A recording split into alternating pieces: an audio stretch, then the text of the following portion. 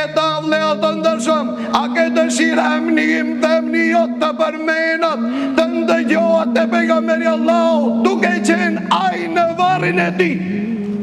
Ka thonë pejgamberi Allahu, dita më e mira dita e xumës.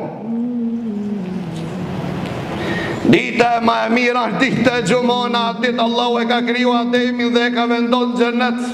Ditën e xumës e ka zbrit në tokë. Ditën e xumës ka vdek dhe Ademi a.s. Dhe thot pejgamberi Allahu, dhe nuk bëhet kiameti vetëm ditën e xumës. Para ta ditën e xumës çomni salavat sa ma shumë ndaj me, nga se salavatet, selamet e juve marrin tek unë. Sahabët kur ndëgjun këtë hadith, tha Rasulullah, salavatet tonet arrin edhe te varri jot kur të vdessh. Tha arrin salavatet e jua dhe selamet e juaja prej ku jeni, në varrin tim. Tha Rasulullah, tha pejgamberi Allahu te vazhdoi dozën, tha dhe unë Allahu ma kthen shpirtin që ja kthej selamin juve. Pejgamberi Allahu ja kthen selamin atij që i çon salavat pejgamberit Allahu. Tha ja Rasulullah, si ka mundësi që ja kthej selamin, kurse ti je kalbur vetëm se je tëret. Pejgamberi Allahu tha, Allahu azza wa jall e ka bo haram tokës, ja ka ndalu që ti 3 trupat e pejgamberit.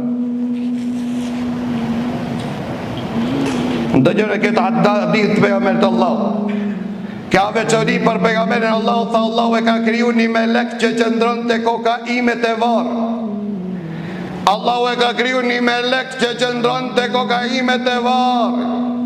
Dhe ja ka mundsu Allahu azza wa jall që ki meleku të ndëgjon zërat e krejt krijesave si për faqen e tokës, në veçanti ato që çojnë salavat mbi pejgamberin Allahu. Nuk çon salavat dikush mbi pejgamberin Allahu, vetëm se meleku i thot, ja Rasulullah, filoni po të lavdëron, filoni po të madhëron, filoni po të jep selam. Pejgamberi Allahu ta i kthen selamin dhe na i mëson emrin ton, që në ditën e kiametit do të jenë më afër me xhlisit pejgamberit Allahu.